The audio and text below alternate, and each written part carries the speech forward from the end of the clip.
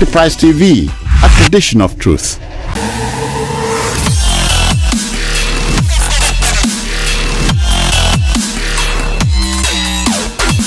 Middleman. Hello and welcome to the Middleman of Jurors. I am Juror Cyril Abaku. And with me today are Juror Emeka Madunago, who will be talking about the issues affecting rent payment in Nigeria. Juror Evans Ufeli, the juror from Rabbi, who will be talking about the increasing number of out-of-school children in the country.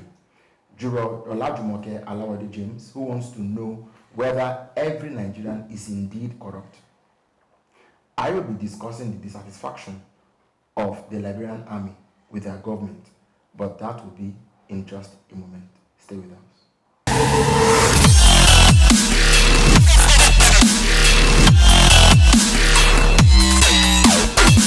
Middleman. My case, Liberia, a cooking storm.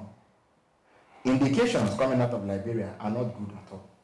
It could become a case of 2 decades forward and 10 centuries backward.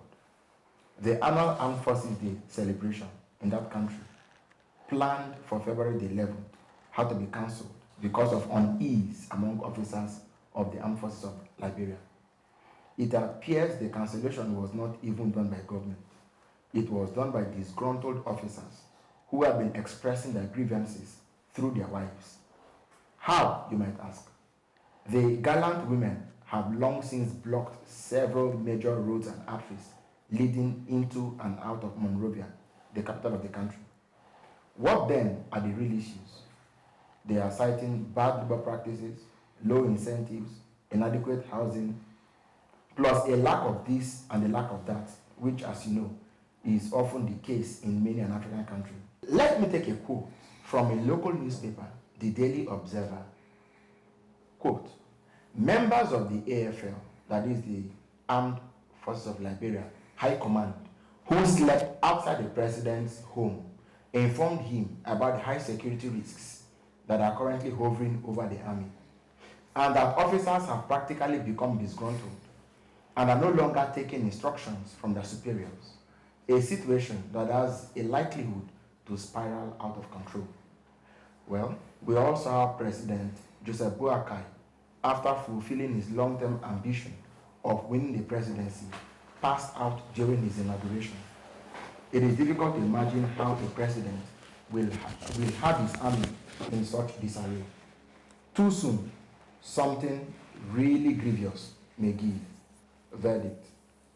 The president of Liberia should quickly wake up to the needs of the Liberian army, and by extension the armed forces, before some foreign power finds them useful for other purposes. I so rule. How old is he again? Power is a very, very tempting phenomenon. And as such, it is expected that Bokau should, given the history of Liberia, we know how volatile that place is. How old is he again? He's in his 60s. Eh? He's going on 80. Okay, he's going on 80. Now. Yes, because he had contested several times, and he was one He's time 79. vice president. To Ellen Johnson Sirleaf. Yes. So I think that what you should do now, because once soldiers are divided, and the younger soldiers are no longer taking instructions from the superior ones, it means that you don't have an armed force. That's what it means.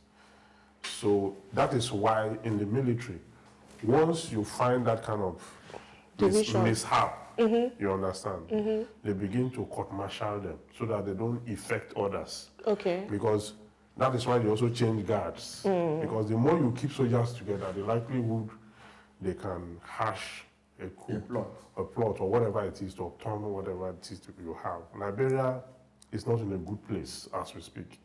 So if he is smart enough, he will need to go back to the roots of the problem to ensure, because now the whole of West Africa, we are having... He's going to the left. Yes, and ECOWAS is losing it. You understand? So we don't even have a credible... Some of them have even withdrawn. There's no credible international organization that is even going to the AU That one is neither Toothless. it's neither here.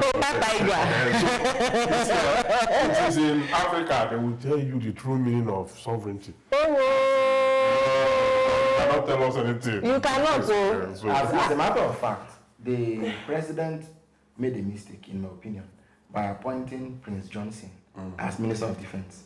The man is the person that has been accused of sitting on the monies that have been given to the army over the years, I think when he was head of. So, and now, the president now appointed the Minister of Defense. Luckily, he resigned yesterday, but just after spending just 10 days in office. An African leader resigning. The minister had to resign just after 10 days in office. Yes. He has some credibility. Well, they would have come for him. So this matter, if he's not saying there's any credibility. In Africa, you will sit down there, you know that thing now. Yeah, since they have that on the wall. But the coup was going to happen. For Africa, is because anything short of a coup, nobody is going to move in Africa. In the Niger Republic, the man who took over. You see, this case is very similar to my case. And I would think that because all of us are Africans, we're similar in our ways. Because why did Liberia choose a 79-year-old? It was because they said the options open to them. No, George Ware could have run a second term. They said the Oga was so corrupt that the people said, Oga, come and go home. We don't even mind if it's our great-grand ancestor that will be our next president. There's no way George Ware would have won because he couldn't hold Liberia together. No, so the issue that was in shambles. How did Salif hold Liberia for 2 terms? No, you can't compare Shelley. She had experience. And George Ware just came with football mind.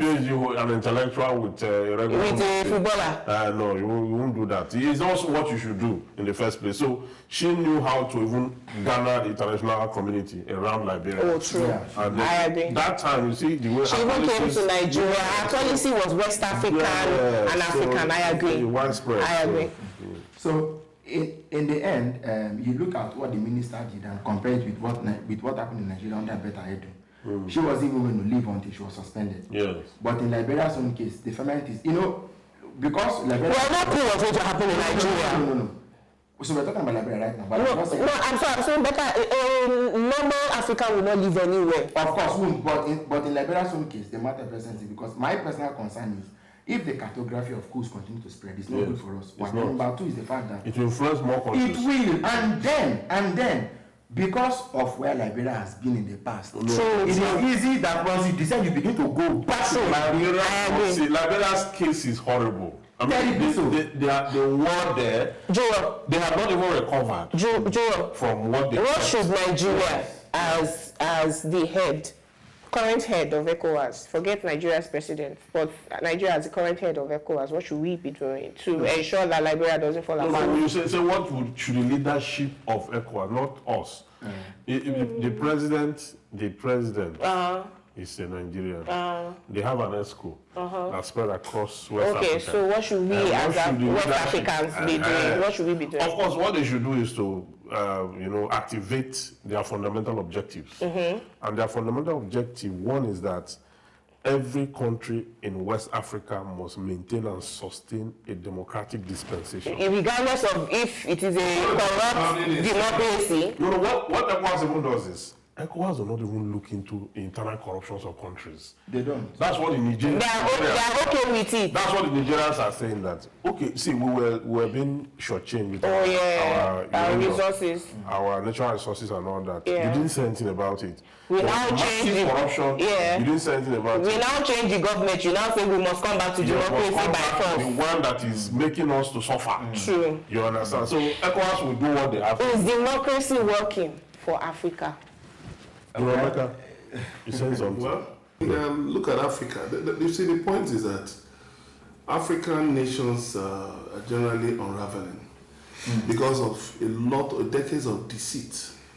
You know, the older generation of African leaders, Nkrumah, Kenekaunda, Nnamdi Azikiwe, all those were nationalists. Yes. Those were people who are well educated, well schooled. Robert Mugabe, they schooled, abroad, and so they had this passion to bring Africa up to par with The societies that say. Now that Mugabe was the most. Mugabe remains the most first-class economist, most educated African leader ever. What's the value of his education? His newfound value transcends the educational value of his individuality. Let me give one index. Apart from his sympathism, yes, he had other qualities. By the time Mugabe fought the West, he didn't allow. They were using 1 billion Mugabe Zimbabwean dollars to buy bread. No, Mugabe remains the most educated leader. By the time, what's the value of the education? Look, Governor Babide had PhD in public administration. He was through shining his people into empowerment. You don't have to reduce it to that. You know why I say so? The point is this: there were also issues with how the West perceived Mugabe. So they did their best to also ruin the Zimbabwean economy. You see, if you look at the internal dynamics of neo-colonization, you will see that certain leaders in Africa, they cannot do much against the onslaught of the West. But Mugabe contributed to his own problem. God bless you. He's part of the job for 15 years. It was undemocratic. God bless you. He was a tyrant. You understand? So, and those are not qualities you should ascribe. We should have ended this topic since you didn't mention Mugabe. But we just hope that a second thunder does not strike in Liberia, because the thunder is very close. That will be too bad. It's very close. They should manage it. Yes. When we come back, Juro Emeka Madunago will be talking about the issues affecting rent payment in Nigeria. Stay with us.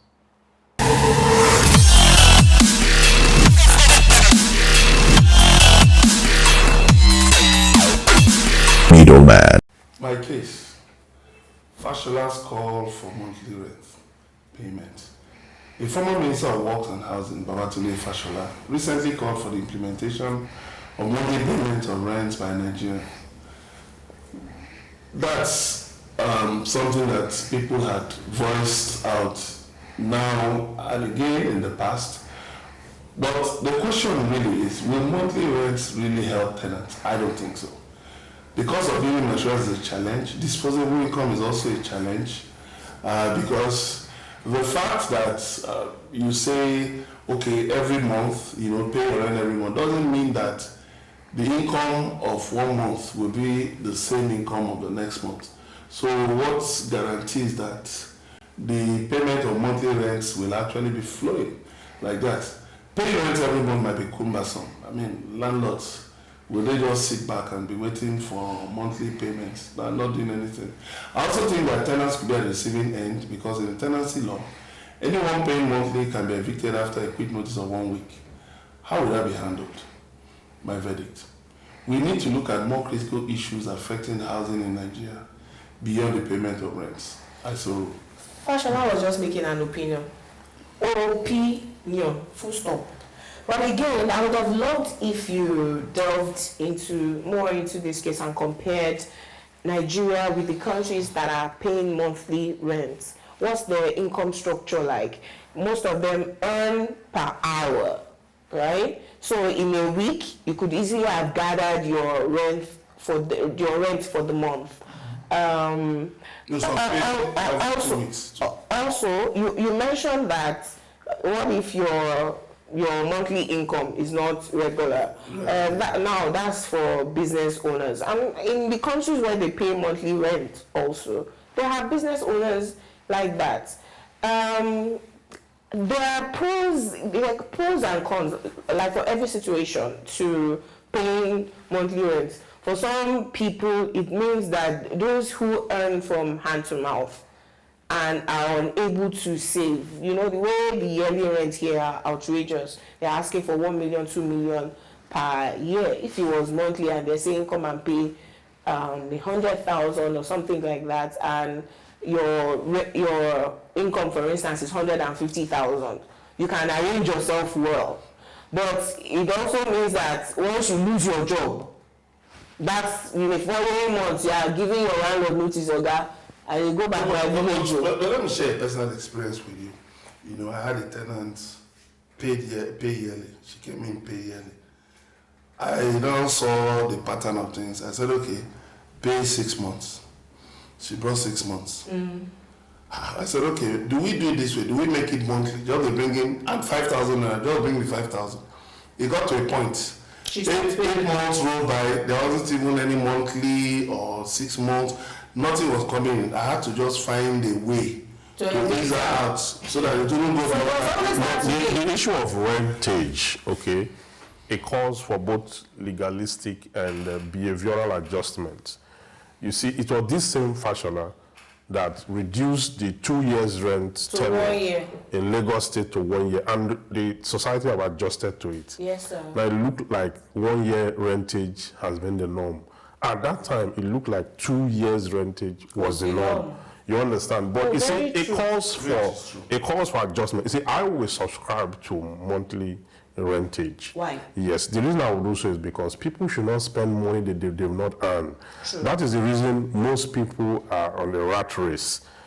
They start to commit crime unknowingly because they want to meet up with the pressure of housing, feeding, transport, taking care of the children, taking care of the home front at the same time. And you know, most of this, if you are paying school fees, for example, you are paying school fees for 3 months, 13 weeks, which is a term, okay, for children.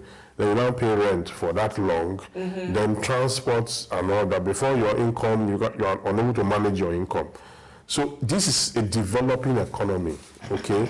And because it's a developing economy, people are growing by the day. People are not made. True.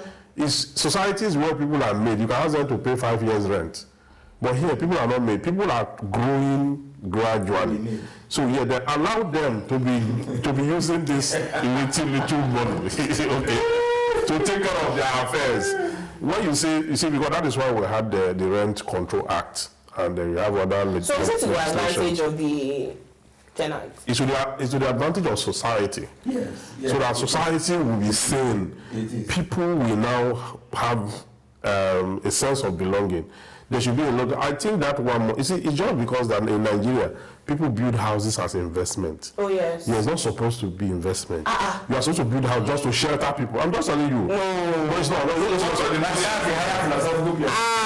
You see. No, that's the last hierarchy of needs, self-fulfillment. Rabbi, we know that you want to empower the society. Don't build it to make profit.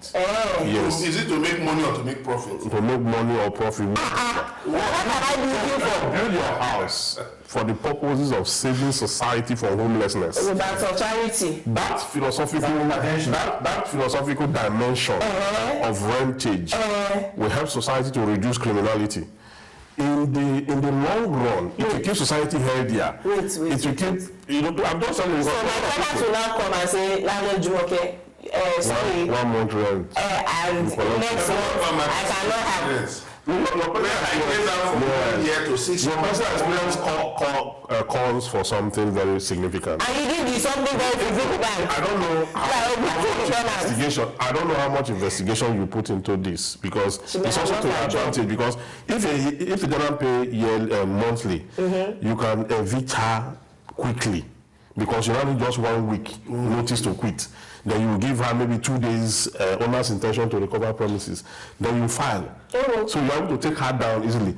But if it's a yearly tenant, you need 6 months notice. So it's even more difficult for you to recover your premises with a longer rentage or tenure than for you to recover your premises with a shorter one. So which is better? Somebody will be in the house. It's to the advantage of the landlord.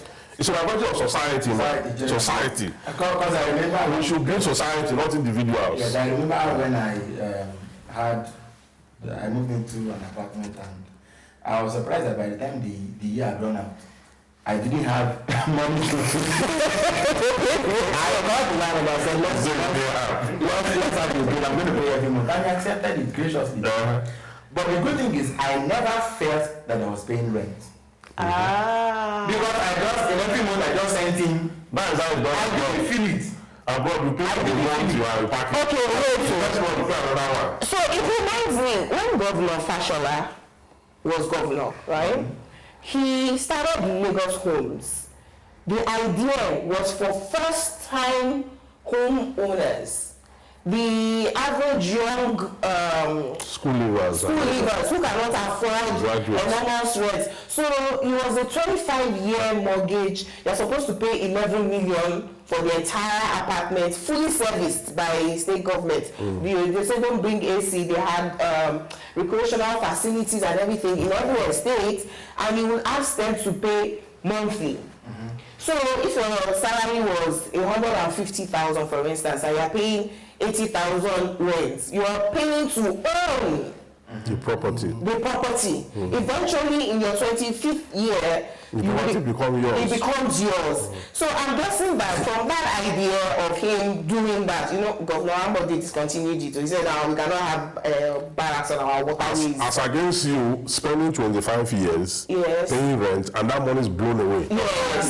So every money you earn is a journey to ownership because it's mortgage. Yes. And so by the time, if you left school at 22, by the time you are 47, 50, you own your own house. Yes, you have the house to yourself. You can also become 40 and you have been paying rent 20 years after you left school. And never own land. So that money is blown away. Your health is deteriorating. Your children are now more than necessary. Okay, your wife will complain more because there's no shelter and there's the income you are getting is small. So pressure is on you. Your blood pressure shoots up. Yeah. And that is the beginning of the journey. To the end of a man's life. Will become inevitable. It will not. You will see yourself working out the door very soon. Yes. And yet nothing to show. So you guys still 6.2. You become desperate. So, the conversation continues. When we return, Joel Evans Sufeli will be talking about the increasing number of out-of-school children in the country. Please stay with us.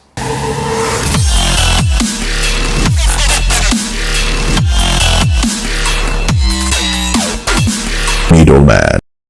Those who educate children well are more to be honored than they who produce them, for these only give them life, those the art of living well. My case, out of school children in Nigeria. Nigeria now has about 20 million out of school children, according to the latest global data of the out of school children by the United Nations Educational, Scientific and Cultural Organization, UNESCO. UNESCO says a new and improved methodology was used to arrive at the latest figure. It said there are 244 million children and youths between the ages of 6 and 18 worldwide who are still out of school. According to the statistics, India, Nigeria, and Pakistan have the highest figure out of school children globally. The figures in Nigeria have been oscillating between 10.5 million and around 15 million for more than a decade.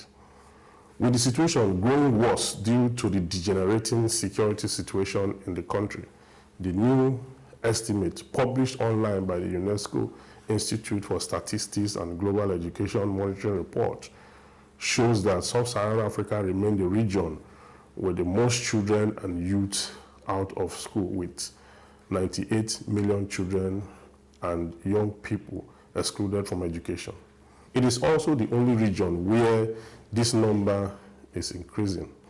Out of school rates are falling more slowly than the rates at which the school-age population is growing.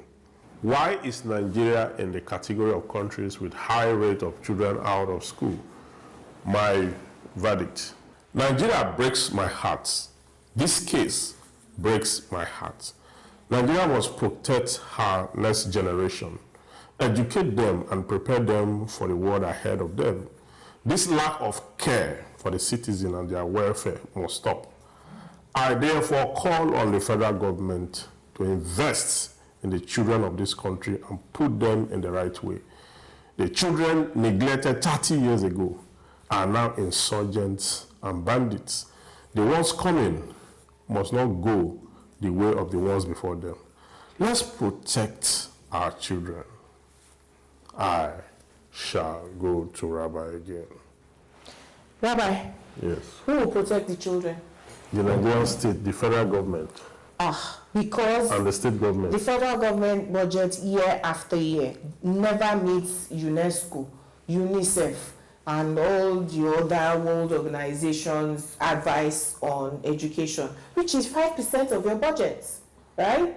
So should we leave these children out of school? No, I'm just saying that we, the people of Nigeria, until and unless we value education to the extent that we make it a do or die for everyone in government. Because when you talk about out of school children, basic education falls within the purview of state governors, right? Yes. So why are they unable? Because they do not prioritize it. And why are the citizens not taking it and making it an issue to make a lot of noise about? Because I can send my own children to that private school. Sometimes it's not even the manifesto. And I said, It's there, can you silent. imagine? Can you imagine? It's not there. And if it's there, it's silent. I mean, we don't see much. When we had 10.5 million children out of school in 2015, we were making noise internationally. Nigerians were shouting yes, it. Yes. Right? It was at the beginning of the Buhari administration. Yes. And it became worse. It went to 16 million, 18, and now 20.5, right? Unless and until we, the people, come together and say, look, where are those out of school children? Where are they coming from? Majority of them are from the north. From the north, yeah. Yes, they have some cultural and religious tendencies why these things happen. Yes. A lot of it is nomadic. Nomadic, yes. The children themselves are moving with their elder parents from location to location, so they do not stay long enough in one location to attend school. Another one is the parents themselves, their only form of entertainment is copulation. So they're producing more children than they can feed. Yes. Talk less of even sending them to school. Eventually, they abandon those children, to their Maldives system when one imam is housing, feeding, and eventually those children, they become numbers. Because when they become 12, once they become 12, the same politician will now bring an intervention. Yes. That intervention is called mass wedding. Introduce them into copulation. To produce more numbers. Drench the population. So that during elections, you call them the KKK. When the numbers are coming from Kano, Kaduna, Katsina, they say million. They are the ones who are determining the president all the time during elections. And I make some observations. One, part of the problem of these out-of-school children stems from the Boko Haram wars, the problem of displacement of communities, people living in different communities in the north, and even in some parts of the south. IDP camps. But before Boko Haram, we had Ahmadiyas. That's it. Maybe the frequency. Then the nomads, there are nomadic schools. There's even a commission for nomadic education. True. But the point is that they abandon those schools. Then you also now have... Wait, so isn't a nomad supposed to abandon the school in the first instance? No. To now balance it, I want to look at it this way, that we need to have a functional educational system. It should not just be one size fits all. You should have a practical models. For instance, you cannot say that out of school problem in the southeast is the same as in the southwest or in the north. Yes. Because the dynamics are different. That of the southeast is because young boys prefer to go into training. Apprenticeship. That's a way of schooling. That's a way of education. Yes. Then if you look at the interesting thing, in a state like Anambra, there's free education. But people just don't. Are you not mixing it up? The young boy who's a teenager that refuses to go to higher school, which is your secondary school, has basic education. When you talk out of school, they are 6 years old to 14 years old. Yes. Basic primary education. Well, it could be argued that these people are exposed to what they call Quranic education. And that is education. That's talking about the north. Yes. But the out of school is all over the country. But again, we come back to the question of the dynamics that differ from region. Yes. But without prejudice to where things are today in the country, one wants to look at it. Does Nigeria today really have what it takes to reverse out of school children syndrome? I don't think we do. No, we do. Start paying all the political leaders minimum wage. You go off. No, pay them minimum wage, 30,000. No, but politicians, president, governor, pay them 30,000.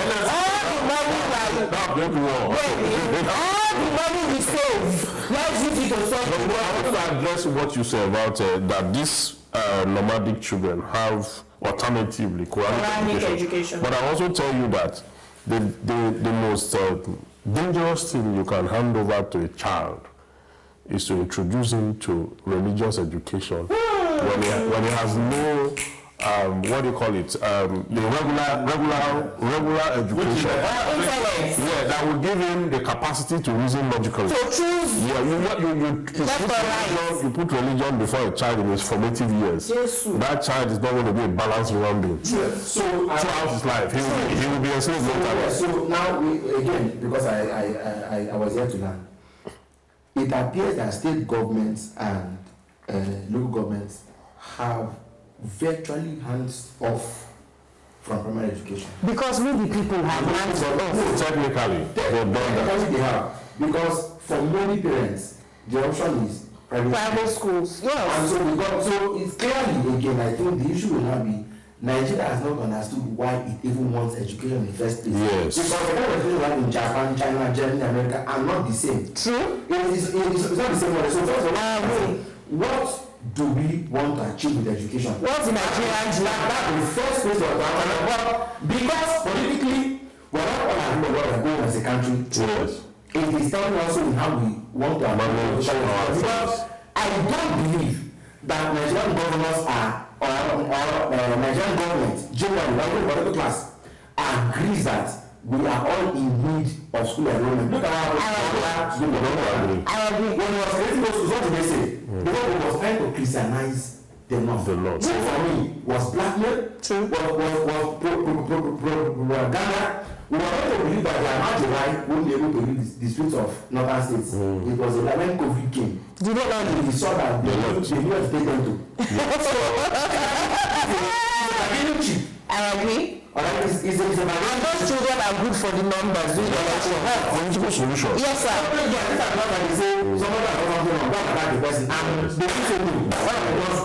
They don't have the capacity to say. But I will tell you that Nigeria needs an iron fist. All right. Not a discussion to move them to school. So when we return, Jumoke Alawade James wants to know whether every Nigerian is indeed corrupt. Stay with us.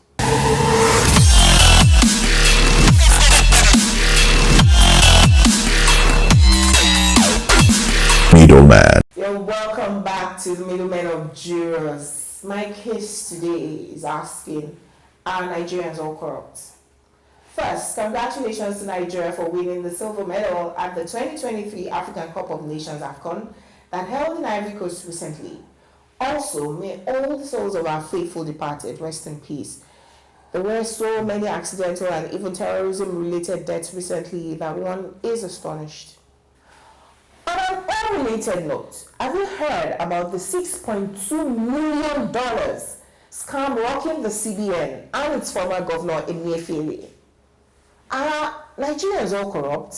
I mean, the allegations of forging the president's signature to withdraw huge amounts of money for international independent observers, that's what they cost.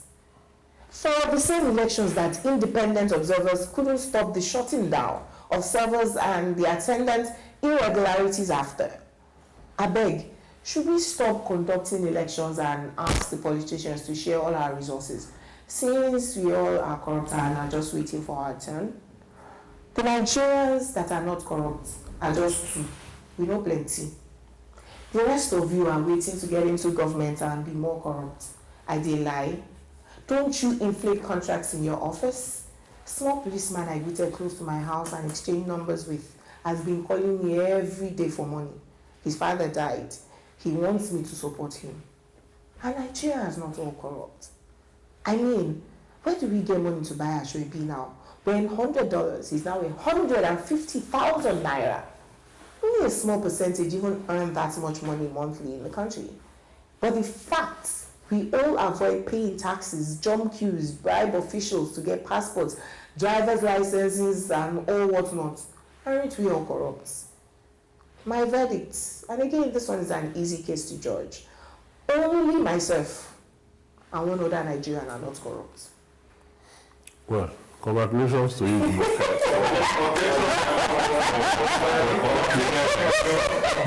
The Moga have exonerated ourselves from the pool of corruption of the Nigerian state. Let us investigate it through the banter. You see, Nigeria's case is quite unfortunate. Like I said in my case, the Nigerian situation breaks my heart on a daily basis. The way we are going, there is no nation that will go this way and not crash land. Because, you see, people are all about what they can get, what they can acquire, what they can, and all that. So now it has led us to a point where nobody cares about the other person. It's just about what you get. And if you don't build a nation where you have people who are ready to serve, people who are ready to donate their allegiance to rescue this country from where it is today, then there is no amount of solution you are going to give to this, you are going to bring up in this situation that will change the case. Now look at the NYSC scheme, for example, where it was created, I think in 1972 or thereabout, to ensure that, 1973, to ensure that there is the youths will go around the country, integration, and all that, they serve their country and all that. Today, in 2024, part of what we see is that before they even come out from the university, they are already doing internet scam. While they are serving, they are scamming. So the purpose of everything under the sun here has been completely changed. You understand? What's that? How did we lose it? Our moral values, because we weren't like that before the colonialists came. Yes, our moral value decayed when... You were not there. What record is your There was a time in Nigeria where if you go to buy things in the market... You read your calories there to show the amount. Yes, you read the words there, and when I get there, I'll take the okra and I'll keep the... Number of calories. Calories. You mean calories, yeah. So then the seller will come there and they'll take it. You understand? If you try that today... In fact, when you return, you don't see the table. You carry the table and join. So it's a case of decadence. So how do we resuscitate Nigeria from this malady? Yes. There must be leadership by example. When the head is wrong. Yes. I give an example. Peter Obi as governor of Anambra State. He actually told people to their faces that you see there won't be a bazaar. And that's why they gave him the nickname Aradite Governor. Okay, Aradite Governor. Yes, because Peter Obi, then they knew him as someone that if he attended a burial, if anybody invited him for a burial, they would make a bet that if you can't money, he will give you an envelope. Give us an envelope. The money in that envelope will be 20,000. When my mother died, Peter Obi couldn't come for my mother's burial. But the person he sent brought 20,000. Yes, he was noted for that. And he had no apology. And we have other politicians like that. The other politicians like that. Umar Yar'Adua was like that. He was someone who would leave the government house to go and buy cigarettes at the nearest... They used to tell us Buhari too was like that. So when he was working back in 2015, some people were excited. Buhari's problem was that, he was never in charge of governance as military dictator. He wasn't in charge. So he was insulated from the realities of Nigerian politics. That is why when he came back, because he didn't know how to deal with politicians was there. He was the one running the government. No wonder. So now he was not aware for 8 years. Yes, so that's why they go for the signature. Part of the problem we have is when we see these people who are even a little bit decent, like P2B, we now nickname them Akago. So I don't really know what our problem is. Because all of you are corrupt. No, you mean Operation My Lord? You remain because Nigerians generally are corrupt. The system is corrupt. The problem, I am not. I don't have any need to be corrupt. You know why? Yes. You know why? Why? What I believe is this: in a society that promotes fairness, competition, that enables you to use your education in a competitive manner, you don't need to be corrupt. There are so many opportunities. But I'm not describing Nigeria. The thing with Nigeria is this: there are so many opportunities, but you know what? People who don't even know how to handle these opportunities, they gather these things, you have them. They will have rights. They are the ones leading. The worst of us are leading the best of us. They have scholarship opportunities. Yeah. Sometimes when sometimes when the governor is holding in the you can imagine sometimes when you tell young people, you advise young people, why not take up this opportunity? Why not do this? They'll be looking at you as if you are from the moon. Yeah. But these things, I tell them, they are on your phones. True. You have a smartphone. Why will you be asking me for money? They are corrupt. So part of the problem of corruption is not just about taking money or taking back. It's also about the fact that our society does not encourage people to utilize their talent, their God-given talents and abilities. So what it means is that, like Joanna said earlier, that we are now living on survival mode. Whereas we shouldn't be like that. There are other things we can offer than just about eating food and all of that.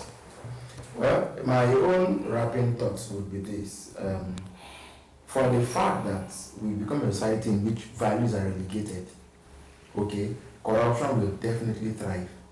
So we need to go back to being a society of a community of values, where we look at ideas, where we look at thoughts, where we think of the other before we think of ourselves. Yes. An altruistic society. Yes. When we and again, that example must come from the top, because people have a way of modeling what they see. So if you are in a vantage place as a father, as a teacher, as a headmaster, as president, as governor, let's strive to lead by example. When we do that, I believe that we'll begin to build a community, build an ecosystem of people who subscribe to what we stand for, and some gradually we can we can now make probity a new national culture.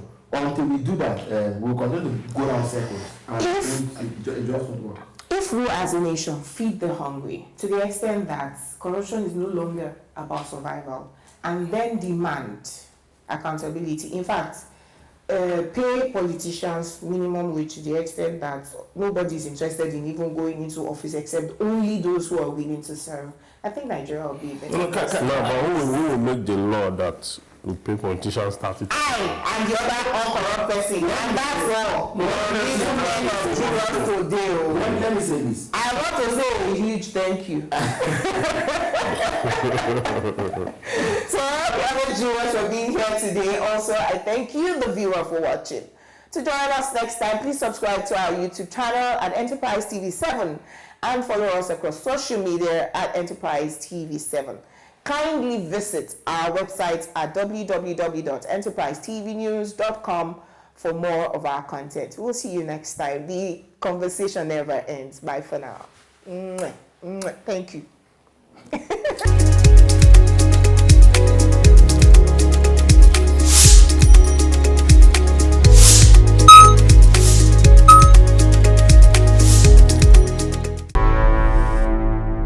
Enterprise TV, a tradition of truth.